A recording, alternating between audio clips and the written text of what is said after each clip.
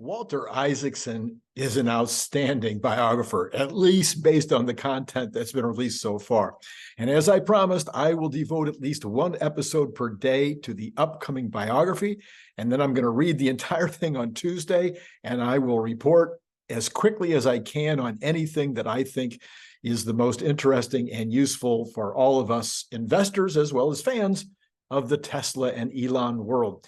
So this is Randy Kirk. Hit like and subscribe and notify and all that jazz, because you're going to want to be notified every time one of these Walter Isaacson stories comes out. I'm also going to suggest you stay to the end on this one today, because I'm going to tell an embarrassing story about me and, let me get one just a second. And me and this particular little item right here, the Cybertruck bottle opener. I think you'll be amused. Actually, I'm quite sure of it. All right, look. I'm going to talk to you right now about this current release, this release that came out this morning. This was on CNBC. And I'm just going to start reading it, and then I'm going to talk to you about it as I find things in there that I think that we will agree is interesting. So the article starts out, "Hey, I'd love to come see you and talk about philanthropy and climate," Bill Gates said to Elon Musk when they happened to be at the same meeting in early 2022. Musk's stock sales had led him, for tax reasons, to put $5.7 billion into a charitable fund he had established. Gates, who was spending most of his time on philanthropy, had a few suggestions he'd like to make. Yeah, I guess so. So, one of these deals about you win the lottery and then everybody's your best friend. Well, apparently Bill Gates smelled the money, and he was really interested in getting a bunch of Elon's $5.7 billion to go into the Bill and Melinda Gates Foundation. By the way, I'm impressed with some of the things that foundation does. I know some of you aren't. Let me know in the comments below. Probably the only thing I've been impressed about Bill Gates in my life is a few of the things that he has tackled on a worldwide basis that seem to be appropriate and worthwhile. But there's some other things that I probably agree with you that are a little shaky. Anyway, okay. They had friendly interactions a few times in the past, including when Gates brought his son Rory to SpaceX. Musk could relate to a guy who'd built a company being hardcore and relentless. Yeah, I guess that's what it takes to run a company. Anyway, they agreed to set up a visit, and Gates, who has a team of schedulers and assistants, said he would have his office call Musk's scheduler. Musk replied, "I don't have a scheduler." He had decided to get rid of his personal assistant and scheduler because he wanted complete control of his calendar. Some people who run companies are also control freaks. That would not apply to me. All right, just have your secretary call me directly. Well, Gates felt weird having his assistant call Musk, so he called him directly and said they could meet in Austin. And Gates says, "Hey, I've just landed," in the text that on March 9, 2022. "Cool," replied Musk, and he sent Omid Afshar down to the Gigafactory entrance to meet him. In the rarefied fraternity of those who have held the title of richest person on earth, that would not be you or me,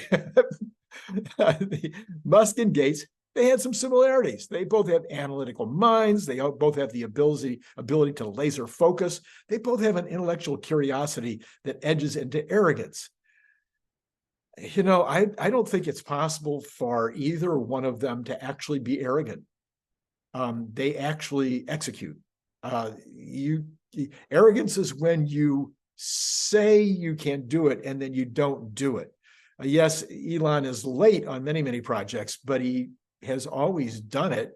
And the fact that he's even trying some of these things, I don't know how you can get to arrogance on that, but that maybe you'll let me know in the comments below. Maybe you think that Elon Musk is extremely arrogant. A lot of people think he's an egomaniac.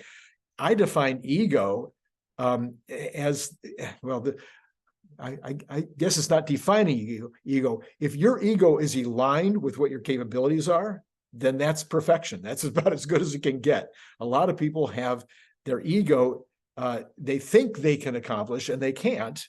Or most humans have tremendous abilities and they have a low appreciation for their capabilities, or a low level of willingness to do that hardcore stuff that needs to be done. That's why I wrote a book on that subject. If you join Patreon, it's right there. It's sitting there on Patreon. Okay. Neither one of them suffered fools. Yeah, that is definitely part of Elon's personality. All of these traits made it likely they would eventually clash, which is what happened when Musk was giving Gates the tour. Gates argued that batteries would never be able to power large semi-trucks and that solar energy would not be a major part of solving the climate problem. Wow. I mean, I just lost a tremendous amount of appreciation for Gates. How could he say this to Elon? Either one of those things, but especially the part about the semi-trucks when Elon already had it solved. Okay, anyway, Gates said, it's an area where I clearly know something that he didn't. Like so many people in the Elon Musk fan club or anti-fan club, Tesla fan club. Anyway, so many people think they know so much more about it than Elon, and here's Gates saying it out loud. He also gave Musk a hard time about Mars. I'm not a Mars person, Gates later told me. He's overboard on Mars. I let him explain the whole Mars thinking to me, which is kind of bizarre thinking. It's this crazy thing where maybe there's a nuclear war on Earth, and so the people on Mars are there and they'll come back down and, be alive when we all kill each other. Golly Moses. That's pretty funny. That whole paragraph was worth it all by itself. Okay. Nevertheless, Gates found himself impressed by the factory Musk had built and his detailed knowledge of every machine and process. Pay attention to that. Let that sink in. That should be a big part of your understanding of the man and the company. He also admired SpaceX for deploying a large constellation of Starlink satellites to provide internet from space. Gates said, Starlink is the realization of what I tried to do with teledesic 20 years ago. Yeah, there you go. At the end of the tour, the conversation turned to philanthropy. Musk expressed his view that most of it was BS. That there was only 20% impact for every dollar put in, he estimated. He could do far more good for climate change by investing in Tesla. I've said this. I think I said it in the mission. I think I said it in the method. I think I've said it on this channel. What he's doing, there's nobody on Earth doing more for climate change than Elon Musk. There's nobody, that can be started. What do you think? Do you think there's anybody else on Earth, one person, anybody that's coming close to doing as much for climate change as Elon Musk is through Tesla, SpaceX, etc.? Anyway, let me know. I really seriously in the comments. By the way, the channel is growing rapidly. Thank you so much for your contribution to the channel growing rapidly, just by listening, just by hitting like from time to time. But it is getting to the point where I cannot answer all the questions, but I still read them all, and I'm still trying my best to answer anything that makes sense to answer. Okay. All right. So then Gates goes on, hey, I'm going to show you 5 projects of 100 million each. And Gates, he listed money for refugees, for American schools, for an AIDS cure. I think that's American schools. Is it American schools in the United States? I'm not sure. An AIDS cure, eradicating some mosquito types through gene drives, and genetically modified seeds that will resist the effects of climate change. Gates is very diligent about philanthropy, and he promised to write it up for Musk with a super long description of the ideas. Well, there was one contentious issue that they had to address. Do you know what it is? Let me know in the comments below if you knew before I told you. Gates had shorted Tesla stock, placing a big bet that it would go down in value. He turned out to be wrong, and by the time he arrived in Austin that day, he had lost $1.5 billion. Musk had heard about it and was seething. We know how Elon feels about shorts. He even created a product about shorts. Anyway, short sellers occupied his innermost circle of hell. Gates said he was sorry, but that didn't placate trust. I apologized to him, Gates said. Once he heard I'd shorted the stock, he was super mean to me. But then he's super mean to so many people, so you can't take it too personally. Oh, man. Oh, man. Well, the dispute reflected different mindsets. When I asked Gates why he had shorted Tesla, this is Walter speaking. He had asked Gates, why did you short Tesla? He explained that he had calculated that the supply of electric cars would get ahead of demand, causing prices to fall. I nodded, but still had the same question. Well, why had he shorted the stock? And I want to insert here where I think Isaacson didn't say what he could have said. Gates has thousands of opportunities out there. There's thousands of places he can invest his money and make money. Why this one? That's what I would have said here. Okay. Gates looked at me as if I'd not understood what he had explained. And then he replied as if the answer was obvious. He thought that by shorting Tesla, he could make money. That was it. Just that. Transactional. Okay. Well, that way of thinking was completely alien to Musk. He believed that the mission of moving the world to electric vehicles, and that's the mission. And he had put all his available money toward that goal, even when it did not seem like a safe investment. The quote from Elon Musk: how can someone say they are passionate about fighting climate change and then do something that reduced the overall investment in the company doing the most? He asked. And a few days after Gates' visit, he went on, it's pure hypocrisy. Why make money on the failure of a sustainable energy car company? Comments below, please. This is why I'm such a Musk fan. This is how the guy thinks. He's not thinking about the money. He's not thinking about anything except the future of the world and of humanity. He loves humanity, and he doesn't understand why Bill Gates says, why he could have taken the same amount of money and put it into Tesla and encouraged the company to success.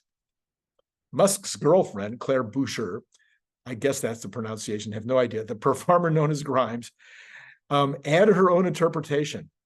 Quote, I imagine it's a bit of a dick measuring contest. And Gates, I don't think so. I don't think it was what it is at all. I really don't. I think she's wrong on that one. And by the way, when she was on, I've heard her a couple of times on some of the longer interviews, and she's a smart gal, but I think that was not that smart. Okay. Gates followed up in mid-April, sending Musk the promised paper on philanthropy options that he had personally written. Musk responded by text with a simple question. Do you still have a $500 million short position against Tesla? Gates happened to be sitting in the dining room of a Four Seasons hotel in DC with his son, Rory, who was just starting graduate school. Gates laughed, showed Rory the text, and asked for his advice on how to answer. Just say yes, said Rory, and then changed the subject quickly. Gates tried that. Well, sorry to say, I haven't closed it out, he texted back. I would like to discuss philanthropy possibilities. Well, that didn't work. It wouldn't have worked with me either. Sorry, Musk shot back instantly. I cannot take your philanthropy on climate seriously when you have a massive short position against Tesla, the company doing the most to solve climate change. When angry, Musk can get mean, especially on Twitter, now X. He tweeted a picture of Gates in a golf shirt with a bulging belly that made him look almost pregnant. In case you need to lose a boner fast, Musk commented, red. Anyway, this was too crazy. Gates was truly puzzled why Musk was upset that he shorted the stock, and Musk was just as puzzled that Gates could find it puzzling. This is great. I love that sentence. At this point, Gates said, I am convinced that he is categorically insane and an asshole to the core. Musk tested me right back with his exchange after Gates. Oh, no, that's Musk speaking. So he's the one saying that Gates is categorically insane.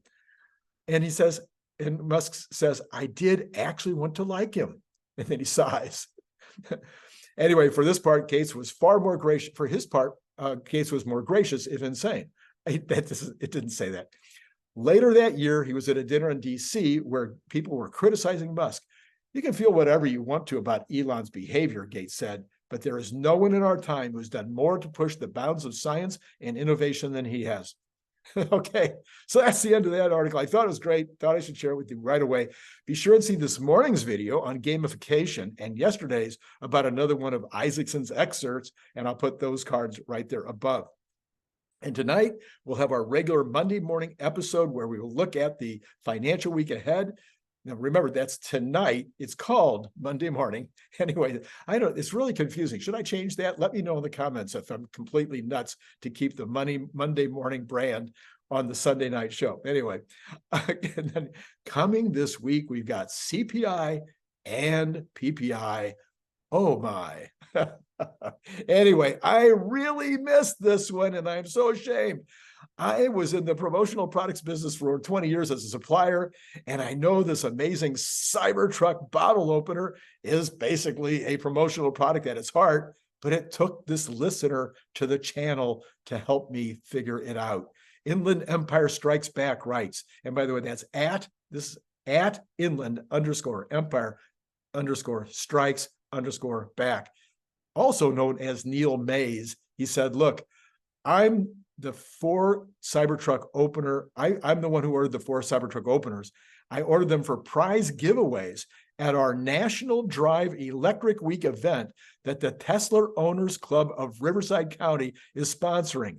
And feel free to say this on your YouTube channel. Well, okay, number one, with all the list of the things I've been suggesting that you use this for your cabin, for your plane, for your boat, for your cooler, for your inside refrigerator, for your outside refrigerator. I mean, I've been listing all these different possible uses, and it said gifts. I said gifts over and over again. I said, give this to your friend, your boss, your coworkers, etc. I never said give it as a prize, give it as a gift, give it as a part of some kind of a giveaway program. What a great giveaway item this is. And then number 2, there's this event happening in Riverside County. Where do I live? Oh yeah, Riverside. So anyway, I've now contacted Neil Mays, and I'm going to be at that event. I think it's maybe going to be in Temecula. I'm not sure, but I will give you an update on that if you happen to be a neighbor, because I want to get down there and meet y'all. Anyway, these are $25 a piece. And from now on, Neil will be getting an even better deal because of that recommendation. Anyway, $25 a piece. You can buy 1, you can buy 100. If the numbers get big, you should definitely contact me directly, and we can talk about a discount if you're going to give away a bunch of them. I could see this could easily be something where you would send out a mailing piece to a lot of your best customers. It could be a Christmas gift that you give, because I think that would fit, $25 would fit under a lot of the requirements for buyers that are not allowed to accept gifts over $25. Anyway, just a great item. And of course, comes in camo, comes in stainless. When you order it, please indicate camo or stainless. And then if you're out of the country, if you're not in the United States, add $20 to that amount. Now, you might want to join Patreon. I'd love to have you as part of my Patreon group. I do put up some videos early. Lately, I haven't been able to put up as many as I'd like, but I will get back to that. So free, 100% free when you join at the $10 level. So just go over to Patreon. All this information is below. How you pay for the Cameo, how you pay for these. All that is down there. And if you want to join Patreon, that information is below. Just a link, boom, over to Patreon. Join at the $10 level. I'll send you one for nothing. Okay.